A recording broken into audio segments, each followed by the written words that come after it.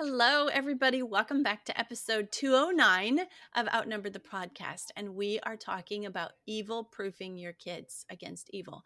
We are so excited to bring this episode to you. We want to give you a quick earbud warning that we do give some examples of evil that need to be fought against in the world. And so we use some words that you might not be ready to talk about with your kids. So go ahead and use earbuds if you have young children listening with you. And let's go ahead and get started.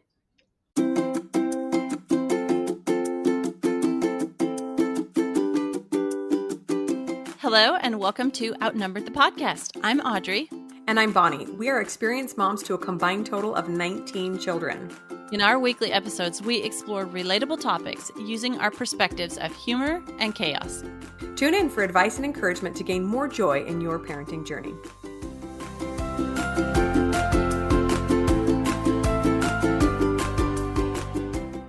Thank you for listening to this episode. We really think if you're here listening to this episode about trying to protect your kids against evil, that you're doing the right thing. You started off on the right foot. And so we just really want to say thanks for listening to this episode. Yeah, sometimes we don't like to face all the bad that's in the world because it's just so much more comfortable to stick our heads in the sand. But as parents, we know that that's part of our job, right? Is learning how to protect our kids and keep them away from the bad stuff. So thanks for being here. Okay, so my humor segment today has nothing to do with my kids. It's something dumb that I did, and we just laughed about it the other day. So there is a daycare that I used to pass regularly when I was taking my kid to school, and it had this big banner out front, and it said something that my brain couldn't comprehend, and I kept thinking it was another language. It said, Des Families. And I thought, family, is that like German? Like, do we have a German population around here? And I was like thinking about it, ruminating it, and it was like, welcome des families. I'm like, oh, that's neat. Oh, they're just so multicultural, until it clicked. It said DES families, which is Department of Economic Security families. Welcome. It was English, and I was just not making a connection that was an acronym and the word families.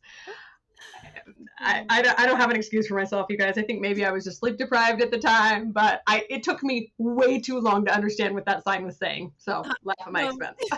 How many times did you drive by before? 20? Way too long. I'm only laughing because I've done that like so many times. Like, what am I reading here? Oh, this is interesting. My brain is puzzling, and hey, dummy. All right. So you guys, we want to talk to you guys today about how to protect our kids from evil when they're in our homes, but then how to make it so long lasting that we're still, like, our influence, what we've taught them is still protecting them when they leave home and they're out in the world without us there to watch for the bad guys, right? So that's why we're calling this episode Evil Proofing, because when you waterproof something, it holds off water even when you're not there putting the waterproofing on. Does that make sense? Yes, I love that thought. We're just making their backs like a duck's, right? Essentially, the evil just rolls off. Yeah, that's the idea anyway, right? Okay, so we are going to share 5 things we do to evil-proof our kids. And I think it's pretty obvious where we stand on the issue, that we are Christian women who really believe that there is good and there is evil in the world, and that it's actually our God-given responsibility to teach our children about the difference and then to protect them and prepare them for it. Okay. All right. Are you guys ready? Let's dive in. Number 1, keep evil out of your home and your life. It seems so obvious, but it slips in so easy. So whatever you're going to define evil as, Bonnie referred to us as Christian women, and we define evil in biblical terms. So it's so easy. Like, we all have what in our pocket? A device, right? And that device can be a portal to so much evil. So we have episodes on how to specifically protect your kids, technology, but like I often think of a verse in Genesis that talks about Abraham sitting in the door of his tent, and it's like, oh, well, that was inconvenient. Everything that went in and out had to like go around him or over him. But yeah, that's the point. Abraham's sitting in the door of his tent and nothing gets in or out without his notice. And that's kind of the idea here. Yeah, he was the gatekeeper, right? And whether we like it or not, as parents, we are also gatekeepers. We have to decide. And the thing that's hard sometimes is we have to have the courage to do so. So if you were just to ask me on the street, hey, would you let this kind of nonsense into your home? A movie that it contained this or that or whatever, I'd say no, absolutely not. But then my kid is coming home and saying, "Oh, but my friend wanted to come over and watch this movie with me," or then to have the courage to stand up to your own family members and say, "That is not coming in our home. I'm sorry." It can be very difficult. So we know that young children do not have the capacity to withstand this evil. They are so innocent that they just accept everything as it is, right? They don't yet differentiate and judge between right and wrong, good and evil. And so we have to do that for them. In fact, it's actually one of the reasons why so much of it is aimed at them. Like, think about the grocery store. I'm not saying sugar is evil, but Maybe. you go down the cereal aisle. What's everything at a kid's eye level? Is it like all the healthy whole grain stuff? No. If cereal's healthy. But anyway, it's all the sugary garbage. It's the bright colors because they are targeting those little people that are walking along going, "Mom, give me that, give me that, give me that." They're not targeting mom up here because it's the little kids that see the bright colors and want to pick up what looks yummy, right? And that is unfortunately how the world works with a lot of garbage out there. So my mom has told me that when I was little, she loved the feeling of welcoming everyone home at the end of the day, putting everyone to bed, and then locking the door in the house and thinking nothing can get in and harm my family now. At least at night, until we were teenagers and staying up later than her. Everyone is safe and sound inside. And that's no longer the case. As long as we have a modem or a television or any access to the outside world, there will be a potential for harm to come into our homes. Granted, there's a potential for wonderful good things as well. We have amazing podcasts and videos and things that I allow my children to watch that are uplifting and inspiring and can help us learn to worship and serve God in a better way. But there's always this portal that can bring in evil, and we have to be so cautious of it. Yes, yes, that is so true. It's not only things that come in through a virtual thing. You have to be vigilant and watchful on the books that come in from the library and the magazines and the newspapers. And because, maybe it's a great, newspaper, magazine, whatever that you're comfortable with, but what about the advertising that's in it? Like, who are they targeting? And so anyway, perhaps it's tempting to think, well, I can deal with this because I'm an adult. And so I can have this thing in my life because I can withstand it. I'm not a child. But when we have young children in our home, it is our responsibility to keep evil at bay so that they're not exposed. Because, like you said, the little kids, they don't have the first time they come up against something, they don't necessarily have a sense of right and wrong. And we're going to talk more about that here in a minute. That's right. Okay, so step number 2 is to fill our kids and our homes up with good things. When we have a foundation of faith, strong family values, a connection with each other, then it's almost like there's no room to go seeking for something that is not good, right? I love the concept of allowing my children to feel as much of God's love and that inspiring feeling as possible so that when they go out into the world and they feel the opposite of that, they know the difference, right? I think unfortunately for too many kids, they're never taught that or never given an influence that is safe and godly and loving, so they don't know the difference, and they're tempted by peers or others who would pull them into their circles to give them that sense of connection because they're missing it at home. But we can give that to our kids and protect them before they even ever leave our home. Yeah. We have so many episodes about practical ways to accomplish this. We have one just recently, creating a house of faith. I don't know. We have some episode guides that talk about different practical things like, food and pregnancy and babies and that kind of thing. Maybe we should put an episode guide out there about all these faith-based episodes that we've done. But Yeah. anyway, yeah, and just the practical things that we talk about are so helpful. But if they're full of good things, they won't be hungry for things that are evil, that maybe appeal to different parts of them that they haven't experienced before as they age. And so because they're full and they're satisfied. You mentioned about having, not only a foundation of faith but strong family values. So that's like the extended safety net. So like if one of your children, heaven forbid, should disconnect from the foundation of faith that you've gotten them, then they're not necessarily at the same time going to disconnect from other family members, which also still have the strong connection to faith. So it's like a safety net. The farther you go out, the ripples. So faith, of course, is first, a connection to God. That's so important. But then connection to family or others who have a connection to faith is also a way to keep them. It's another layer of waterproofing, evil Mm-hmm. proofing, is to, here's the faith and then here's the family. And kind of like, if they lose the what would God think part of their mind or of their reasoning, then they will probably very likely still have, but what would my family think, or what would my siblings think? Like that is like an extra layer. So filling them up with all the benefits of faith and all the benefits of family is really powerful when it comes to them um, being exposed to evil.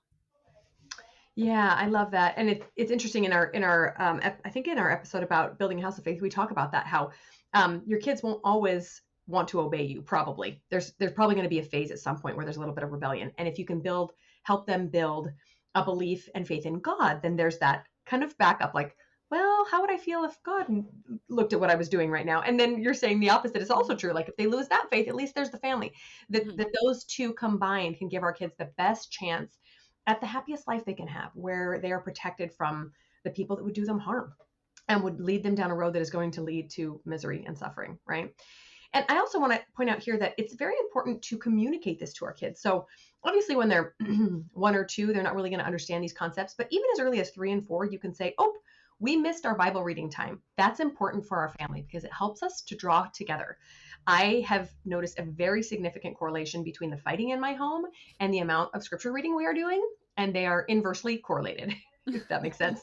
The more scripture, the less fighting, and vice versa. And I will actively, regularly tell my kids that, hey, you know what? We're kind of down each other's throats today. Could that bit have been that we've missed a couple of days of diving into the Word of God? I think so. Let's get back on that habit. And then to note to them, looks like everybody's been so much kinder today. Isn't that interesting? I wonder if that's because we're making sure that we're filling ourselves up with this goodness. So point that out to them, pay attention to it and point it out to them. Yeah, yeah. Another quick thought here: a way to fill them up is so the atmosphere that you're that you're talking about is maybe not going well for the day. What happens if you start to sing a hymn during the day? Right, instant atmosphere change, and that's a way of filling them up with good things. Those Yeah. songs come back to their minds later. Yeah. Although there's one called Love at Home that we would always sarcastically sing when I was growing up, right when everyone was fighting. Oh. It would at least make us all laugh and Yeah, usually stop yeah. a fight. Oh, that's a great segue, what you were just talking about, into number 3, and that is talk about evil. Talk about it and the corresponding good antidotes. How do we prepare our kids to face evil if we don't ever discuss it with them? If we don't ever um, prepare them to know what evil is? Like, you have to talk about it. You can't. There's kind of this philosophy out there, and it's very noble-hearted, but it's just like, I'm going to live the right life before my kids and hope that that influence affects them and that they pick up on that. But I'm sorry, that's not enough. You have to talk about it. Mm-hmm. Yeah, I think we live in this day and age where everyone is just so afraid of stepping on anyone's toes and offending anyone, even our own children sometimes, that we forget to be very direct, that it is our job to teach our children right from wrong and what we believe is the correct choice. Now, it's not up to us to lock them in a basement when they make the wrong choices. We still have to allow for agency, which is going to come whether we like it or not. And then we get to work on ourselves when our children make decisions that we don't love. But it absolutely is our responsibility to teach them and to show them. And then, and usually that's very, very direct when they are in those younger years. And as they become adults, then maybe it is more of an example because they have been taught correctly. And now it's up to them. You can only be an example to them, right? Yeah, And that's like, what they're called teaching moments about. So you're yeah. out at the mall or whatever, you see something that your family has defined as evil. Okay, that's a teaching moment. Get back in the van and Mhm, talk about it. mhm, Don't ignore mhm. it like you didn't see it or it didn't happen. Let's go ahead and talk about it. Yeah. Yeah. And like I mentioned before, this is a gradual awareness, right? Those younger years, you're just teaching them very simple concepts. Something like stealing is always a really simple, easy one to teach younger kids that usually there's an opportunity for early on. Oh, we don't take things that aren't ours. And here's an example, oh, you tried to take this gum without mommy knowing. And we had this lovely conversation. Something like stranger danger, super easy and simple to explain to a small child and very necessary, right? If they're going to be outside ever, you want to explain if we don't know the person, we don't talk to them, we don't take candy from them, we don't help them find a puppy, whatever it is. But obviously, later down the line, I mean, the whole point we're teaching them this is because of sex trafficking and all these horrible things that are out there. We're not going to tell those specifics to our small child, but we probably will eventually to our 16 and 17-year-olds so they fully understand what's out there and gradually teach them about this wide world so they're prepared, but without terrifying them. Like the whole point isn't to make our kids terrified. Yeah, yeah, because then you have to deal with the nightmares that they're having. Right. Mm-hmm. um, all right, so you'll come to your own awareness or insight of good countermeasures for evil influence. So I just wanted to share one here to start you off. So temptations of the flesh as they grow, like you were just talking about stealing, right? Um, a good tool for defeating temptations of the flesh is faith.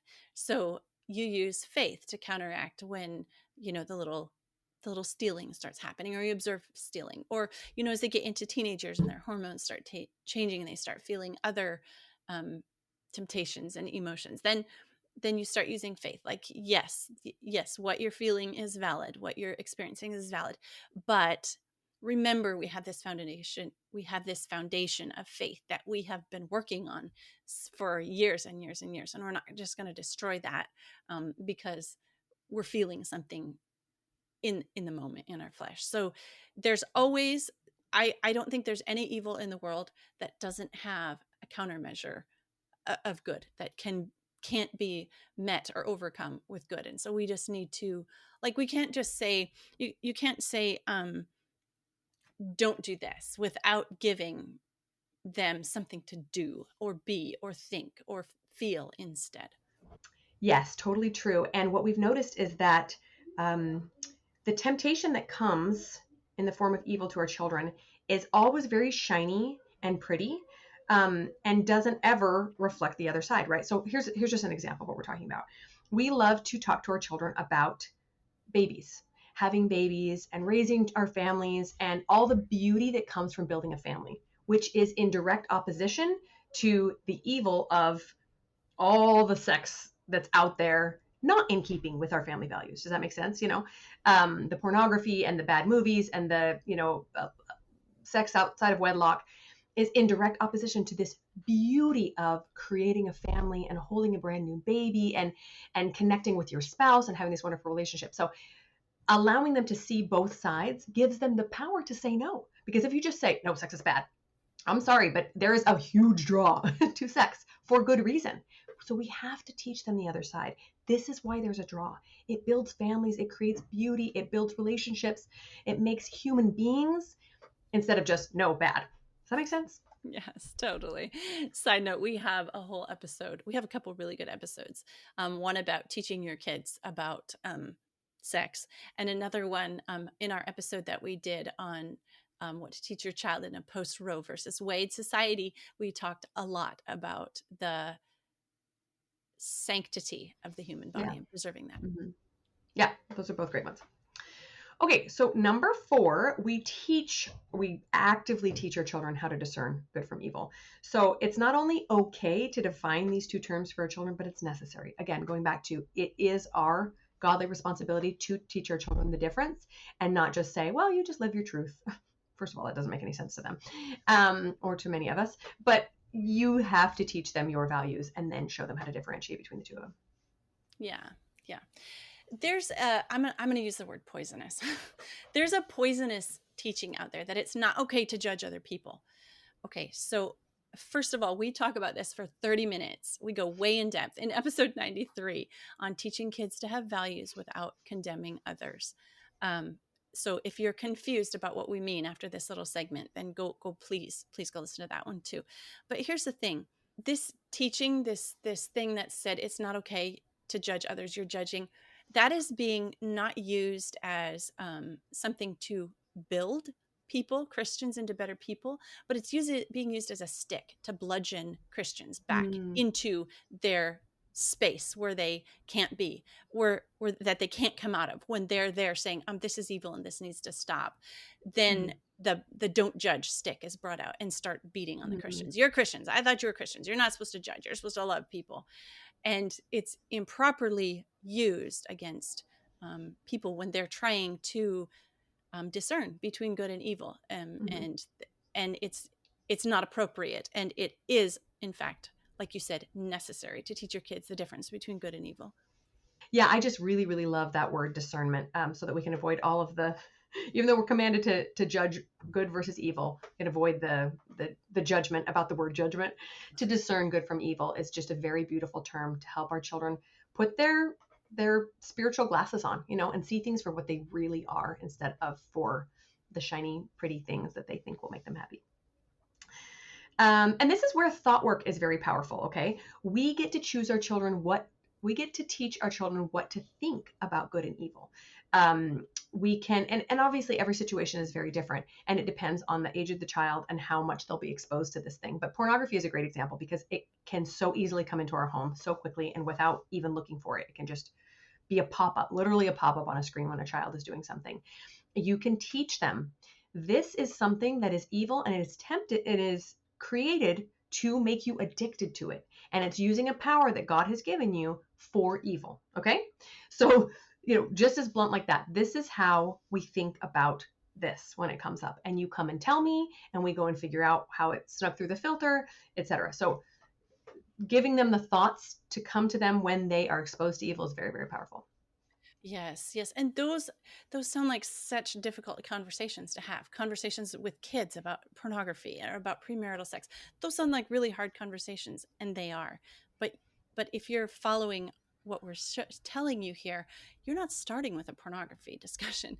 You're starting when they're 5 and they go somewhere and they see something at another kid's house. Let's say, let's just I'm going to use an example that my kids ran into here. So they go to their friend's house and, my 5-year-old friend has a phone. I want a phone. And so then we start talking about that. Yeah, that kind of looks like fun. It would have games. But here's why we don't do that. We don't have phones at 5 years old because we love to play outside. We love to read books. We love to spend time together. And if we had a phone, it would start to take away from some of that time because we'd be spending so much time playing games. And we haven't even introduced the word good and evil at this point, but we're reframing what looked really good to them as something that could be a path that led to evil at a level they can understand. And they're Mm-hmm. like, oh yeah, yeah, yeah, I love to play outside. Let's go to the park right now on the way home, that kind of thing. um, instead of instead of having the big hard conversations. They're not big and hard when you've been discussing things with your kids all along. That's the gradual conversation that we're talking about. Yeah. Yeah, we had a really poignant example of this. A few years ago, we had a loved one who went down the path of addiction to the point of destroying a marriage, destroying a family.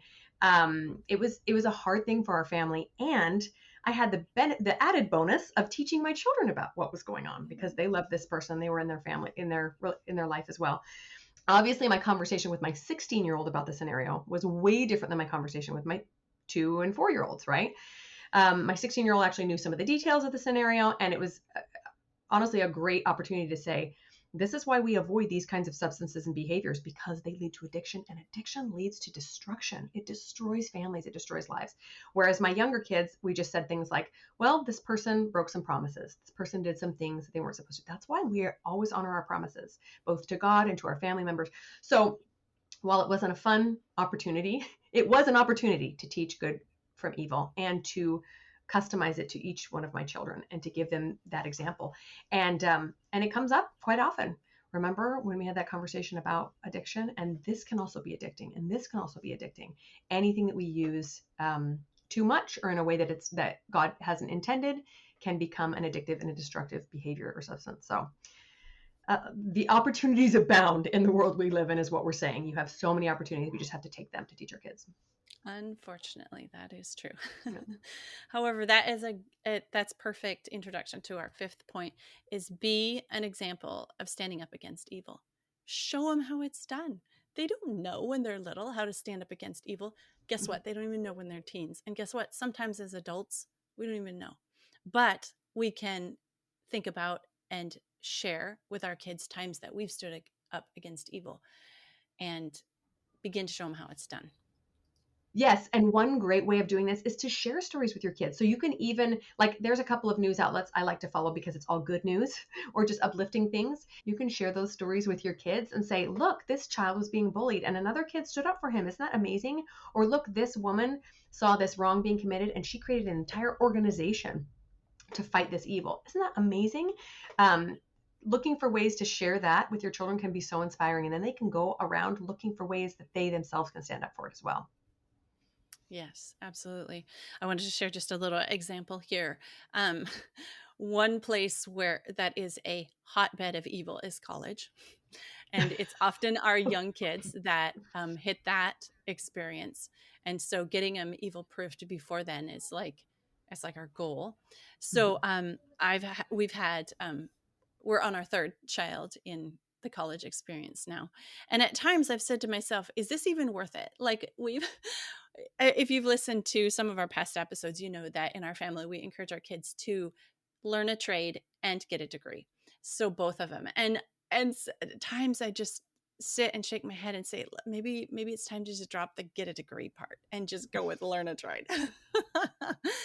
But so for example, my daughter had to take ethics in college, and every single thing taught to her in that class was taught to her as fact and with a complete opposite point of view that we've been teaching her our entire life, evil proofing her. Yes. So so it was a good chance for her to test out her waterproofing, right? How much of this is going to roll off my back?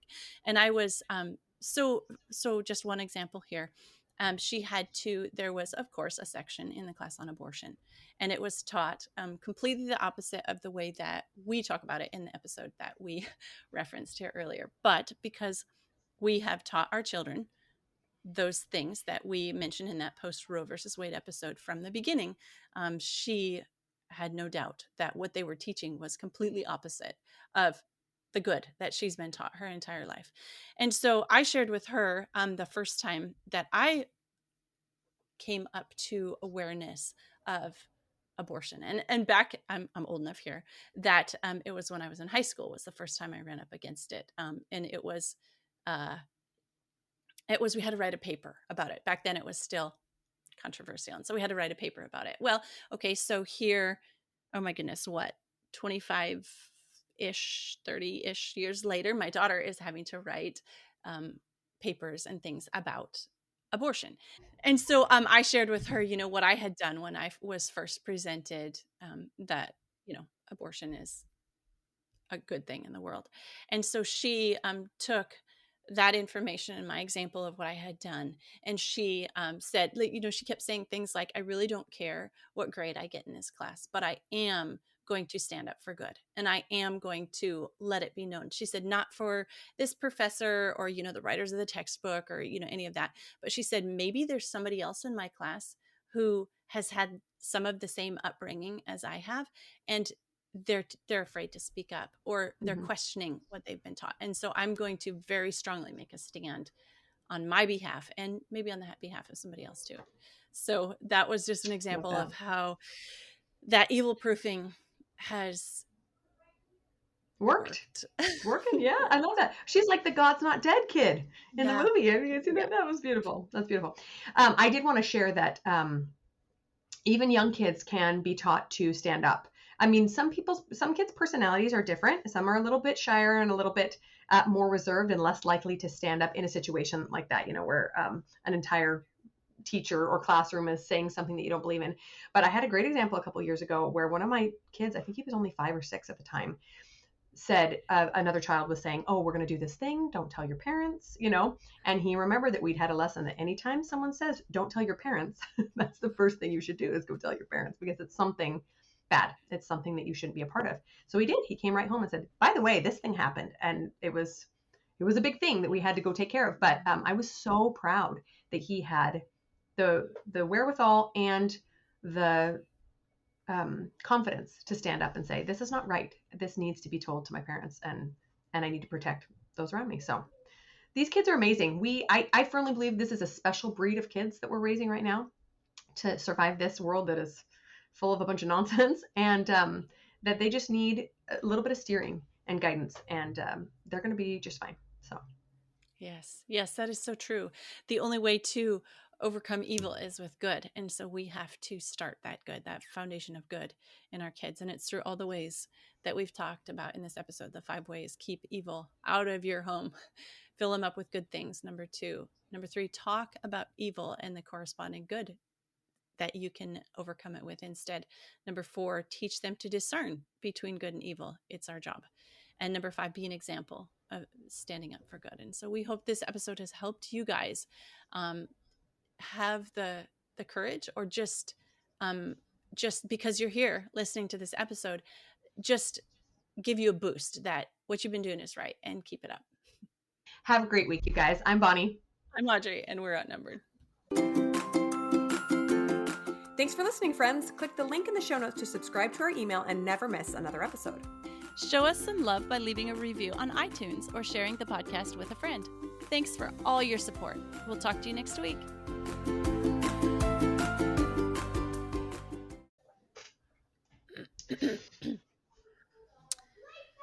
Okay, ready? Oh my gosh, what is with the yelling? They have a friend over. I think that's part of the problem. In and out of the house. And they're playing orphanage. That's either my kids play. My kids always play orphanage. My mom's like, oh, you don't take that personally? I'm like, no. Yeah. I know I'm not well, sometimes I'm Miss Hannigan, but it's fine. Most of the time. I know. The orphanage, it's always orphanage lady. I'm like, guys, am I really that bad of a mom? It's my oldest daughter. She's hilarious. She's the orphanage keeper, so she'll like sneak around and then yell at them, get back in your rooms. It's so funny. All right.